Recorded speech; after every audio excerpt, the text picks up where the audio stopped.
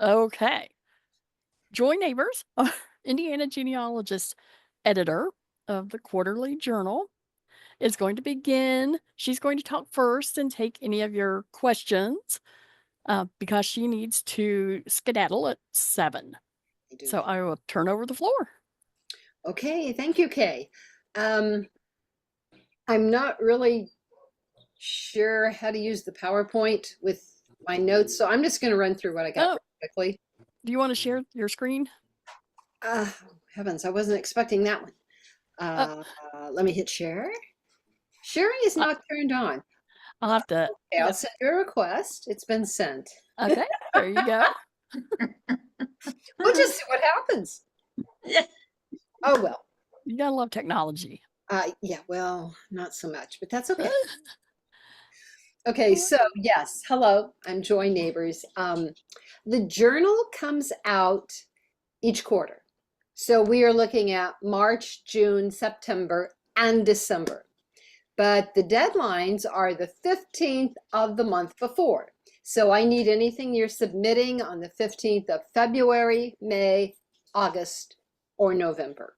But if you have something already written, you have something you would like to put out there now, send it to me. That would be absolutely wonderful because sometimes the journal runs a little short and I need filler, and your item is there ready to roll. Now we are doing quarterly themes. Theme is really a way to kind of get you thinking. It's not something you absolutely have to do.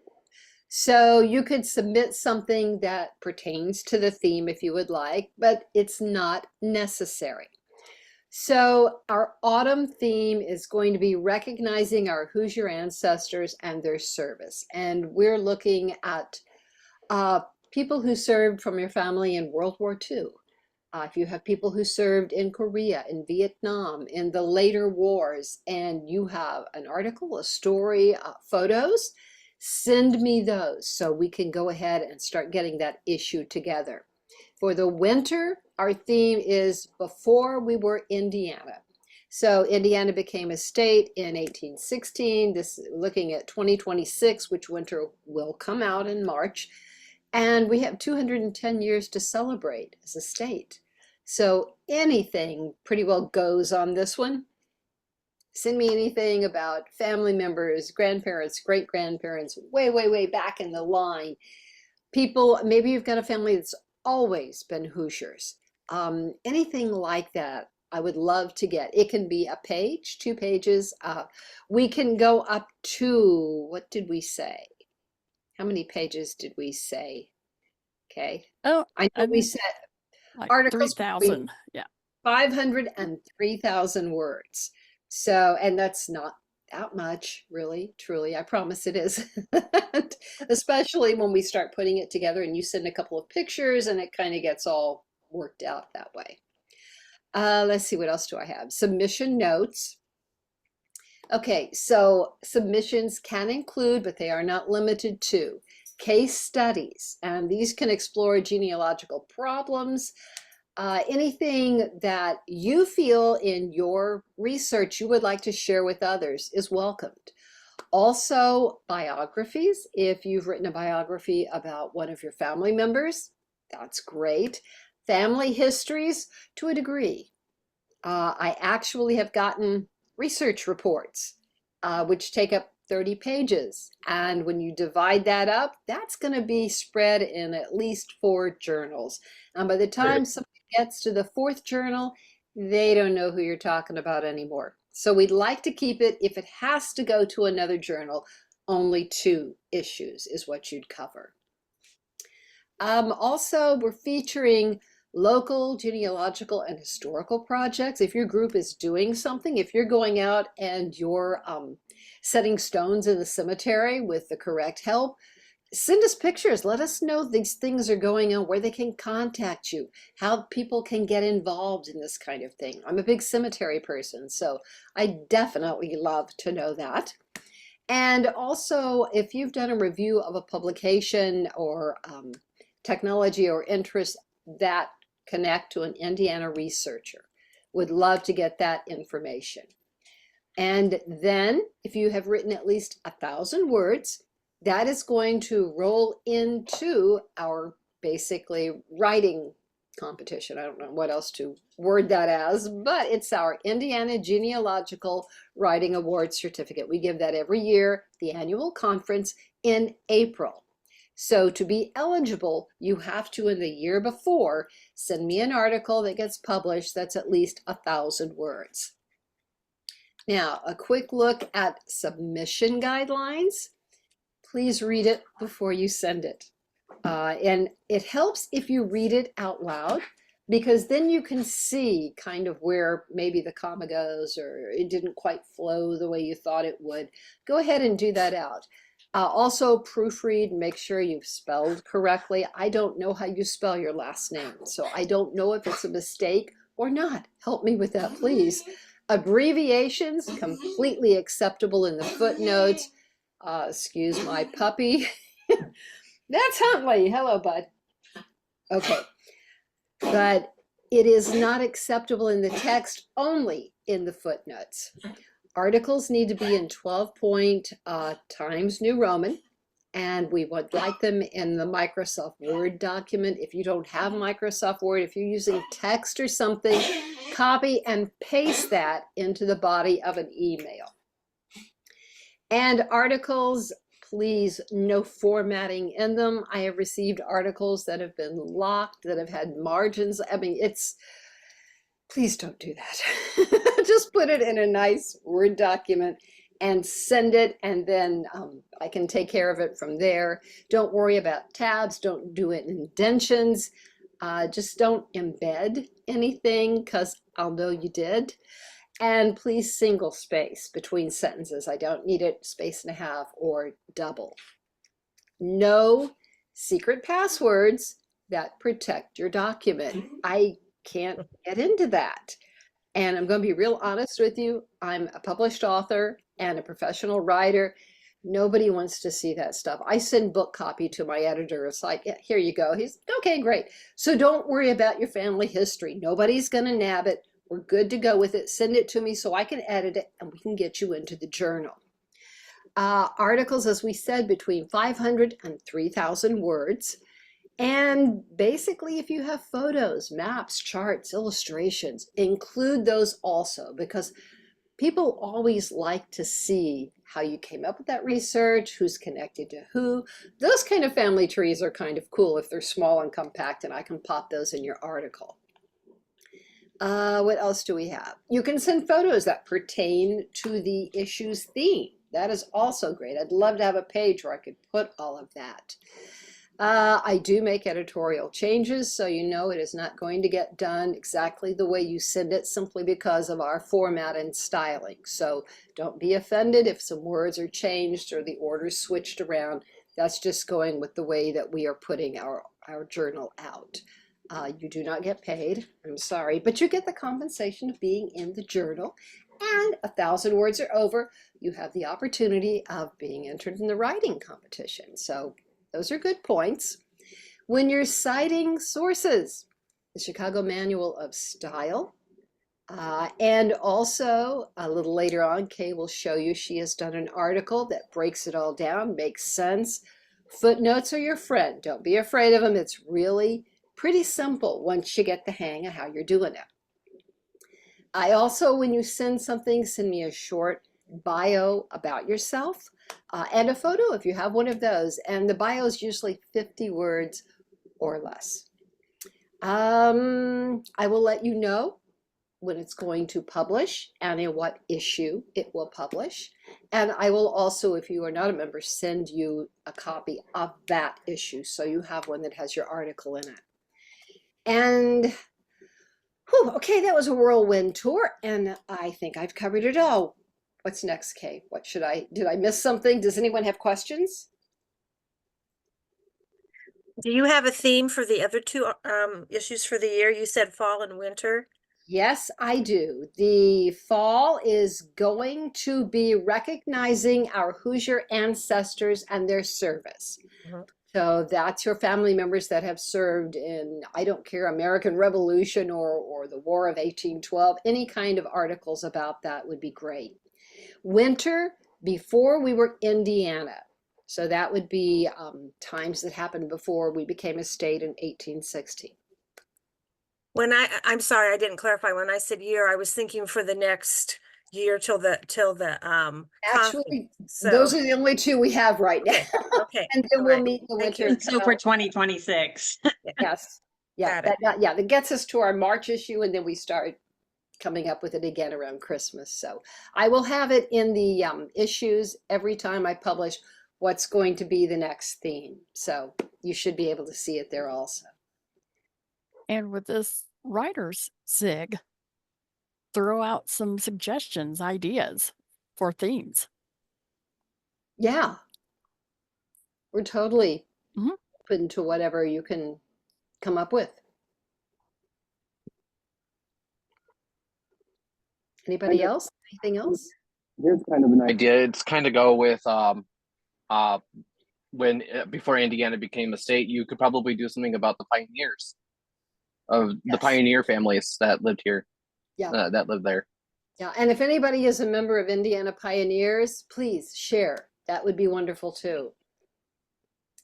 So I had something. Yeah, the Territorial Guard Society. If you have information on that and you have a family member, write a short piece about them. You don't have to have photos. If you do, that's great. If you don't, we're fine with it.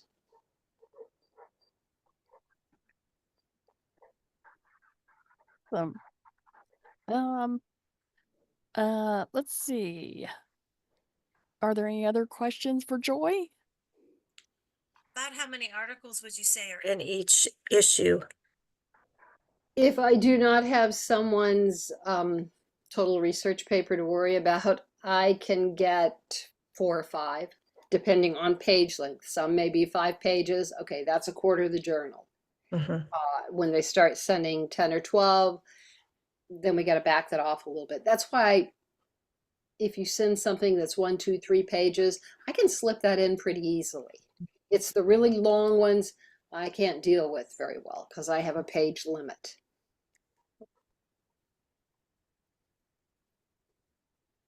I know that's kind of a bummer. Even Yeah. though it's a digital publication, we do have a page limit, so.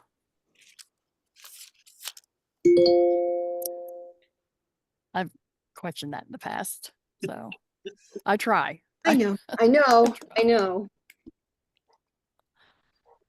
Well, if there are no more questions for Joy, we can let her head off to her next engagement. Yes. Been a busy day. I had one before this. I'm just Oh my rolling. goodness. Oh golly. Well, I'm just thank glad you. they're all Zoom. Yeah, Goodness. when Zoom works. It works very well. All right, guys, thank you so much. Thank you, Right. Joy. Hi, Thank Joy. you. Talk to you later. Bye. See you later. Well, I was thinking, we introduced Joy. Probably should introduce the other members of our little publications committee. My name's Kay Ford. I am the chair, and I also have John Marie Pearson on with me. She's our social media editor, and Brian Smith. He's our newest committee member. There he is. Do you guys have anything you'd like to add right now, or? Not right now, not that I can think of. I just want to thank all those, when you guys share your family stories on social media, that really helps us to know what you guys are interested in and where your histories connect in. So that helps us as well pick themes and stuff like that. So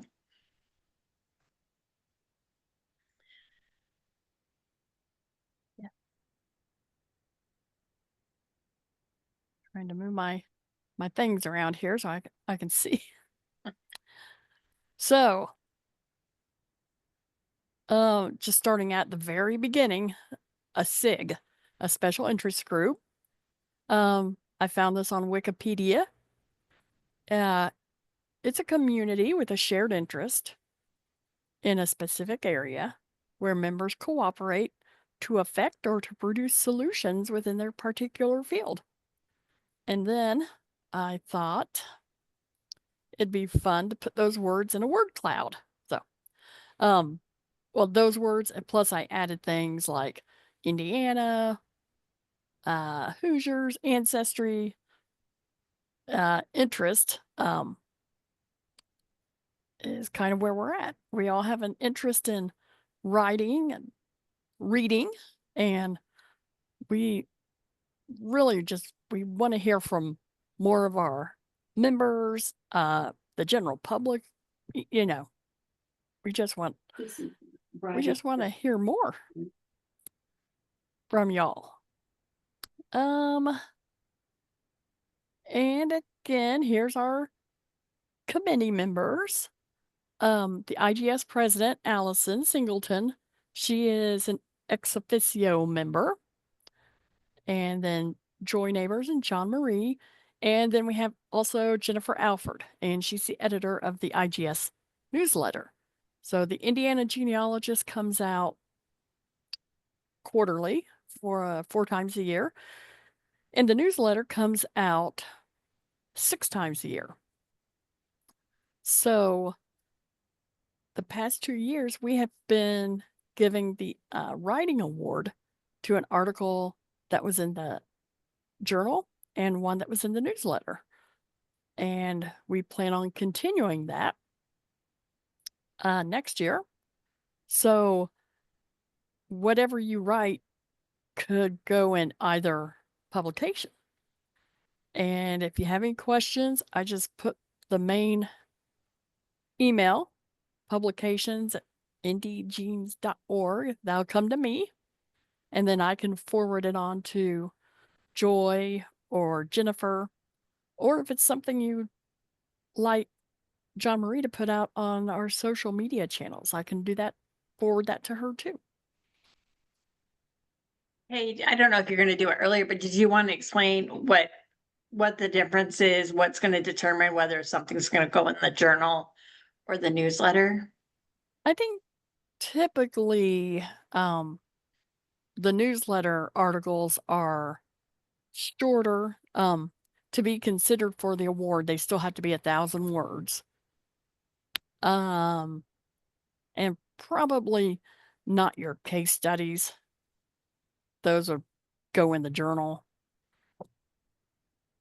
But they just review the article, the submission, and sometimes we get something and they kind of fight over it, over who gets to publish it. So it's one of those things. Now the author could say, I want this to be in the journal. And so Joy would take it and review it. Or someone could turn something in and say, publish it wherever it's needed. If Joy needs something to fill space, Jennifer might pass something over to her. Jennifer, her newsletter does not have a page limit. So it can be as long as it needs to be.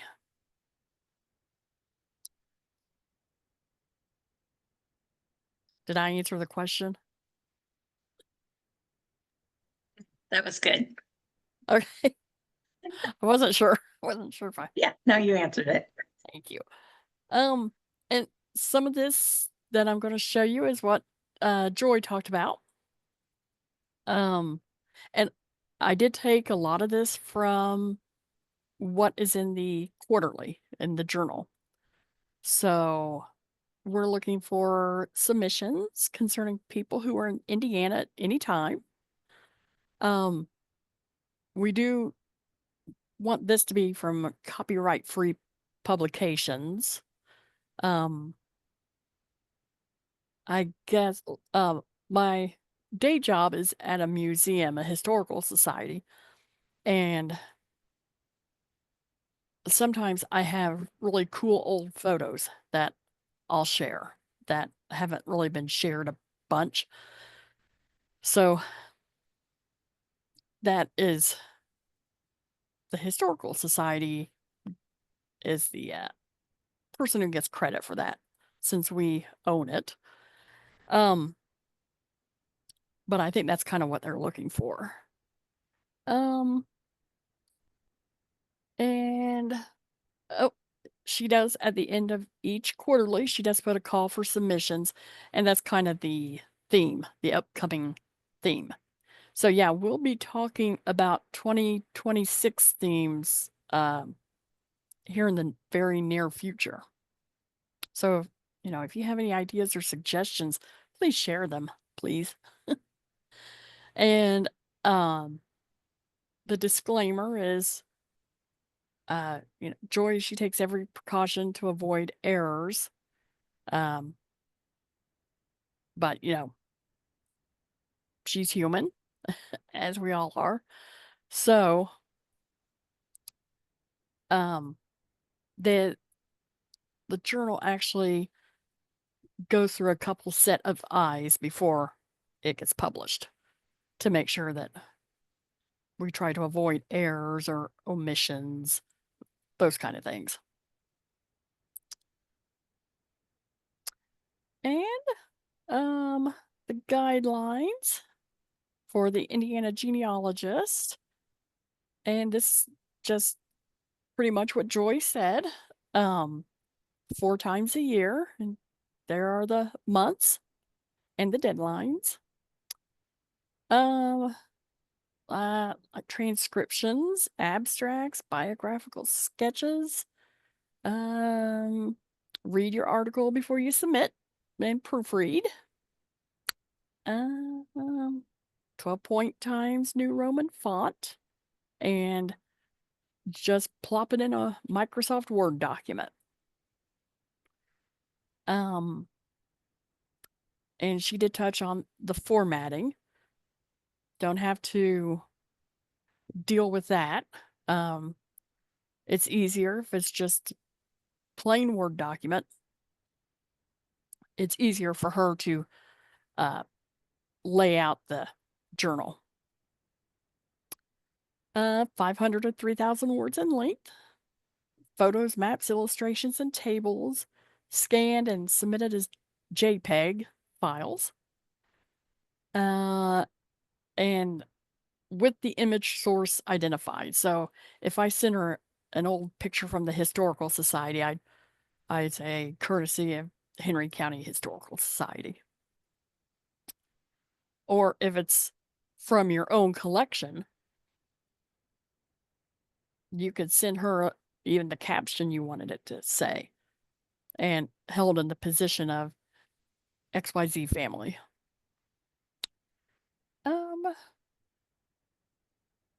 Let's see. The editor does reserve the right to accept or reject any submitted articles. And I know she works hard with people to make sure they're publication ready. And she may need to make editorial changes. I don't think she ever changes anything that is significant. There is no compensation, but you do receive credit for your work. And it's preserved at the Allen County Public Library forever.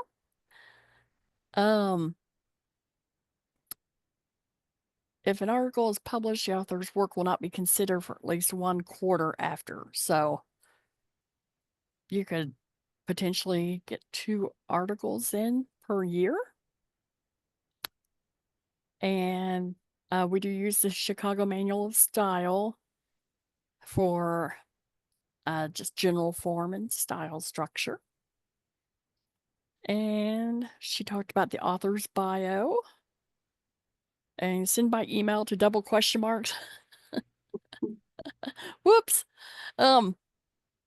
That would be, you could send it to publications@indiegenes.org, and I'll just forward it on to her. And then she'll reach out to you about the article and when it will appear. And then the articles that meet criteria for the writing award. We meet as a committee at the beginning of the year to discuss those. And book reviews are also something you can turn in. And this gives a little bit of information about what you would need to turn in for a book review. So the writing award, we have been giving an award to an article in the journal and an article in the newsletter the past couple of years. And this upcoming year, 2026, there will be a monetary prize along with the certificate. So anything written in 2025 that is at least 1,000 words will be considered. And we have been told that the journal article will be awarded $100 and the newsletter article $50. So hopefully that's a little bit of a motivation, a little motivator. And that will be April of 2026. Oh, and you do not have to be an IGS member. So the publication statement is in the quarterly. They become the property, any work submitted to IGS becomes the property of the society, and all copyrights are assigned to the society. The society retains the non-exclusive rights to publish all such works in any format. They're copyrighted to protect the society and to exclude others from republishing contributed works. All individual contributors do retain the right to submit their own work for publication elsewhere, and they have IGS's permission to do so. That's totally fine. And IGS does grant permission for other societies and organizations to reprint materials from our publications with proper credit given to the society, the particular publication of the society, and the author. Whoop. Okay, so John Marie and Brian, do you have anything to add now? I guess this is your point. One reason we decided to come up with this SIG was to see how you guys needed help in putting together your ancestor stories. The future of this kind of depends on what you guys would like to see, whether we submit stories and send it out to the whole group and we all come back and talk about, what you might want to change, what you did good, or is it just to kind of get ideas on how to put it together? So we definitely need your input in the SIG. It's our first time doing it. I know other societies do have writing SIGs and it varies on how they do it. So we definitely want your guys' input. This is definitely all for you guys. It's not just for us trying to get articles, even though it is a goal. So, yeah, I mean, we're glad to have you guys here and we hope, we'll be able to all help each other. I know I need encouragement writing. I don't do it as often as I can, but we want to preserve our ancestor stories, and this is one of the best ways to do it. But that's all I have to add in. Good thoughts. Brian, do you have anything? No. That John Marie remind me, accountability is nice. If you have a little group and you hold each other accountable for, I don't know, you set a goal and the next time we meet, you try to meet that goal as closely as you can. So, I mean, that we could use our group like that or provide feedback. And something I thought about is if we do that, we'll probably, for the writing award, have another committee review the articles. If Mhm. if we're all helping, then we'll have Yeah, we'll have to get a committee together that'll be able we'll to put decide, but yeah. like a Yeah, I non-biased mean, even kind if of we thing. set like goals, you gotta, Mhm, I mean, that's the hardest part is getting started, right? mhm, So it's like we set a goal, okay, you've gotta submit 200 words by next SIG. That's gonna push you to get started. mhm. It doesn't have to be great, it's just a rough draft and Yep, it sure is. They all start out as rough drafts, yep, as they should. So, yep. and you'll be kind of surprised at you think 200 words sounds like a lot, but Yeah. It before you goes know by it, very fast. yeah, mhm, it'll kind of shock you that you have so much to say, I guess. Yeah. I was blown away when I was writing about my Civil War grandfather, and I sent it to Joy and everything. And 500 words just came super super quick, and I was not expecting that at all. Mhm, exactly. Let's see. What did I have next? Oh, uh, source citation stress. So I just put a big old stop sign. Just don't stress. Stop the stress. Um, I just put a very basic sample source citation here. I took something from my own blog, and the key thing that I tell people is try to keep them consistent. So I would always put the author first if I know who the author is, the source type, blog article, the title and quotes, the source italicized, the and I did a website, obviously, the URL, colon access date, and then any extra details. So if it was a book, you might want to add the page number or newspaper, the city where it was published, and the page number, column number if you want. You don't have to. It's just to help the reader go back and find it if they want to. Or they might think, hey, that sounds interesting. Cursive handwriting. I want to go see what she has to say. And then they go there and they see that I've linked it over to the National Archives. And so, um, so yeah, I try not to stress out over them. And Joy is there to help, and I can help with citations if she has questions. So, that's just try not to let those scare you away from writing. Um, it's you put them there to uh, let your reader know that you've done your research and where they can go find it if they have questions. And if you So, have questions about sources, this is a great place to come and bring them, when we mhm, meet.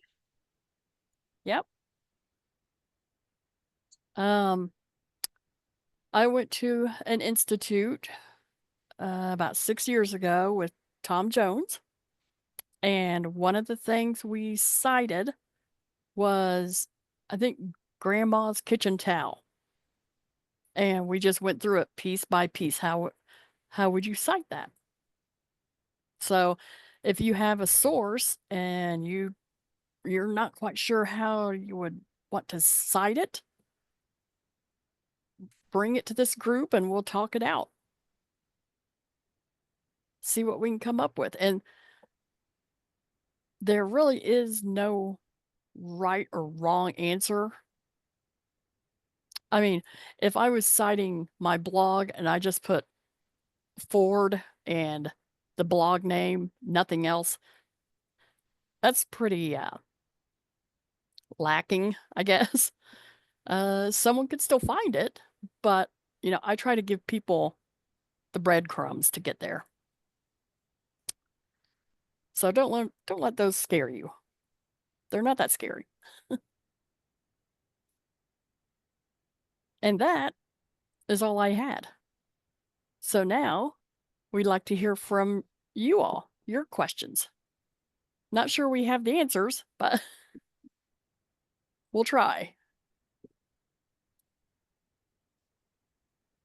Well, I have a question. My name's Loretta Evans, Uh-huh. and I don't live in Indiana, but right now I'm working on a family that lived in Indiana. Mhm. I'm actually working on a book, but it would include the descendancy of a couple.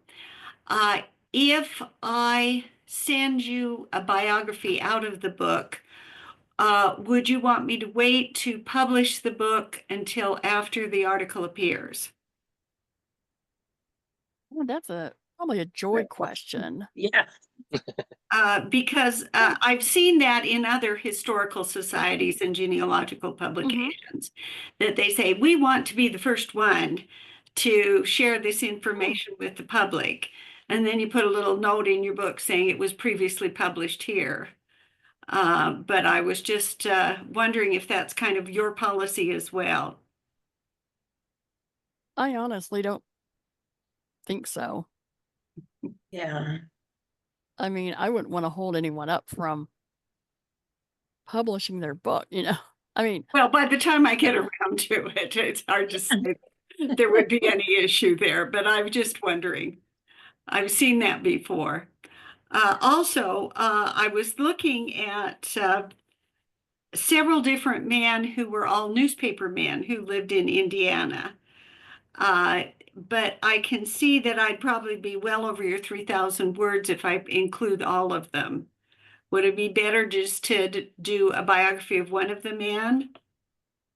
that'd probably be okay. That's what I would say. Yeah. Mhm. Yeah. Yeah, I think that would be interesting. Okay, what else Mhm. did I have? I had another question, now it's gone. If I think about it, I'll come back.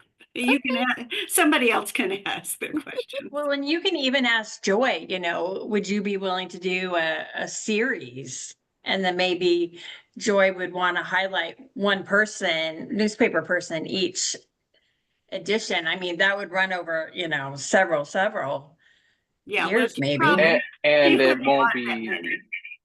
and it won't be the same family either, too. So Yeah. I think she would accept that. I think she would. Yeah. Would you It kind of would you rather see an article that says, I have used online newspapers to trace these people and this is how I did it? Or would you rather have an article that says, here is the full biography? I would think the biography for I the think the journal biography. and then the newsletter, like the methodology of using newspapers.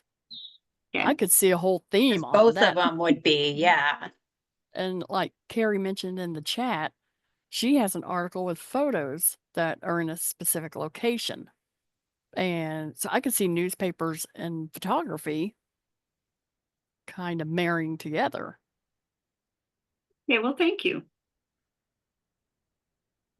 Great questions.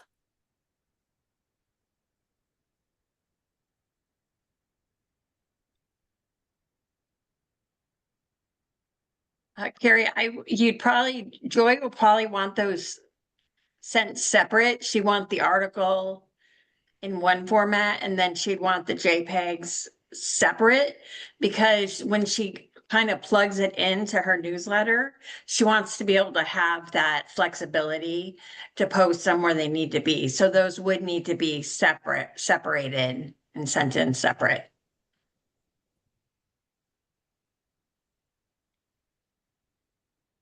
And that I'm going to read that for, I'm not sure it'll show up on the recording, the chat. Oh, okay, yeah. I don't know. I don't know. Carrie said, I have an article with photos that are in a specific location. Can I send the article as is and also send the images as JPEGs? Also, I have photo captions. Should I keep those in the article? And I agree with John Marie. Kind of separate article, separate images, separate captions. And then I would just mark somehow the captions for each photo that you want them to go together. And that way she can try to plug it in. And if she wants something different, she'll reach out to you and let you know as well. Like, hey, can you put it in this order or whatever? Yeah, and you can talk to her about making sure they're placed in the correct spot in the article when she lays it out. I think she uses InDesign. Yeah, she's very flexible to work with. Yep. We try to be. Yeah. We don't want to scare anybody off. Exactly. And we don't want to do all the writing either. So No. we know we need to write our stories, but we Yeah. want to give other people the chance too, the opportunity to share their stories.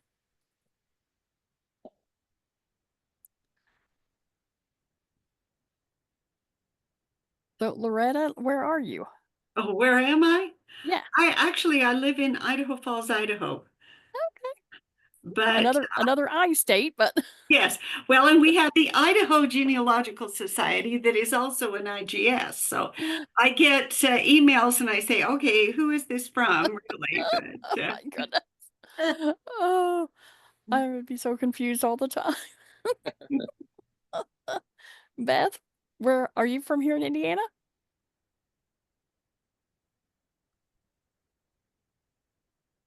I'm sorry, I'm putting Yes. people on the spot. No, every time I tried to slide over there to mute, something else popped up on the screen. Yes, I just live in Bern, so I'm just about an hour from Fort Wayne. Okay. And where are you from, Carrie? Carrie's my common name.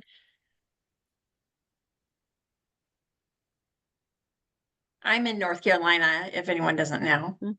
I'm in Michigan. We're kind of all over. All over. Oh, in Indy. Okay. I'm in Indianapolis. do you know? Oh, okay. Andrew's in Indianapolis too. So we have a couple of you guys from Indianapolis.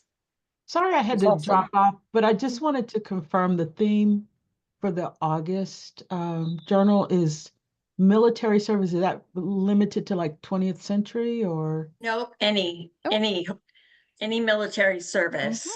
Okay. So Any service. Yep. yep. So it's very open to, anything. So Okay. we try to make like a theme, but we also try to keep it broad because we want you guys to have that flexibility to write your ancestor story wherever it fits in. So that's one of the things, that we're thinking about when we're thinking about the themes, like when we're going to start 2026. It's like, what themes do you guys have that you think could be broad, that could get people, to share those ancestor stories? Okay. Thanks. Yeah. What percentage would you say follows the theme in each issue? I'd say maybe 20%. Oh, I know that we've had some research reports come through that were lengthy, and they weren't related to the theme at all. They were very in-depth research reports, but long research reports and spread over, I think, more than 2 issues of the quarterly. So by the time you get to the 3rd and 4th issue, like Joy said, you kind of forget who the founding members of the family were. Carrie just asked, do the military themed stories need to be associated with a war or conflict? No, I think it could just be about a soldier or a family member or anything. Yeah, just anyone who served in a military capacity, you know, that has a connection to Indiana is what we kind of try, you know, to strive for.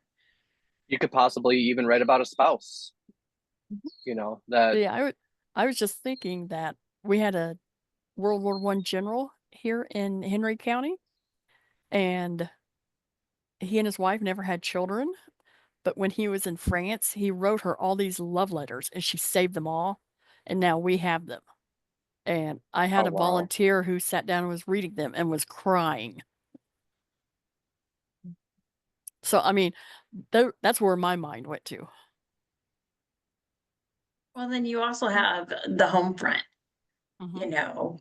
So during some of those conflicts that we did experience, you know, with the Civil War and stuff like that, you have the family on the home front who served in the military just as much as the soldiers did. So it really does Mhm. open it up to, you know, you could talk about the community even if you wanted. Mhm. Especially during like the War of 1812 or Revolution, you would be considered a patriot if you gave a soldier, you know, like a Mhm. blanket or food or ration. You know, you'd be considered a patriot. So you could even write about them too and how they served their country by just giving, you know, a soldier a blanket. You know, And they kept records of all yes, that. they did. But in the history classes, those aren't the stories that are being shared, you know? And so, like our Mhm. ancestors that may have done stuff like that, it's nice to share those stories. And, you know, that's one reason for sharing on social media is people are learning more about history than they ever have, thanks to what people are sharing by writing the stories or sharing on social media. It makes a big difference in what people are learning about these conflicts. Really good human interest angle. I have to agree because when I was in school, I have to admit, learning, you know, the wars was just boring. It It was. was And torture. then all of a sudden you're doing your genealogy work and then you're like, oh, I have a grandfather that was in Gettysburg, or I had a grandfather that was at this battle. And then Mhm. all of a sudden you just have a personal connection to I this. know. Exactly. It was just so boring. And you Here never know and by writing yeah. the stories who's going to read that story. Mhm. You might connect with a cousin that has letters or the family Bible or some piece of that story that you don't have. And because you wrote that story, you've opened the door for people to reach out to you that might have information about that. Mhm. So, And at the Historical Society, we have some researchers come in who may be doing a broad, like a umbrella kind of thesis, and they're looking for primary sources of their subject material, and they come to the archives to find those kind of stories. And there is so much not online. Oh my goodness. Just my little historical society. Thousands, tens of thousands things like those generals' letters. They're not online. It's a fascinating look into what he The was history. going through, and yeah, and writing back to her. So yeah, it's hugely important that we get these stories saved. Everything needs a story. Yeah, I have to every admit that story because needs to be told. yeah, yeah, absolutely. I was just gonna say, like I during my research I found an uncle that was in the Civil War. And I found out that he wrote 16 letters to my grandmother, to my uncles, to my grandfather. And some random person that I found was transcribing his letters. And I was able to find them and read them and see the scans that he took. And it's just mind blowing that what they did. And I would have never done that without internet or without, that connection of trying to figure, getting that info. It's awesome. Does anyone have anything else to add?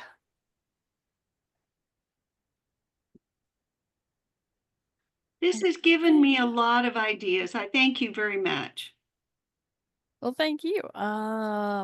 Yes, thank you all for coming. I almost forgot. Let me see. I'm gonna reshare because oh, okay. I thought I had one more slide there. I almost forgot. I scheduled this next meeting June 10th at 6:30 Eastern.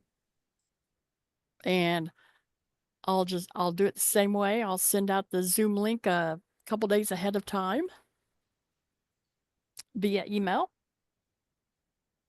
And this is recorded, and I'll put it on the IGS YouTube channel here in the next day or so, maybe later tonight.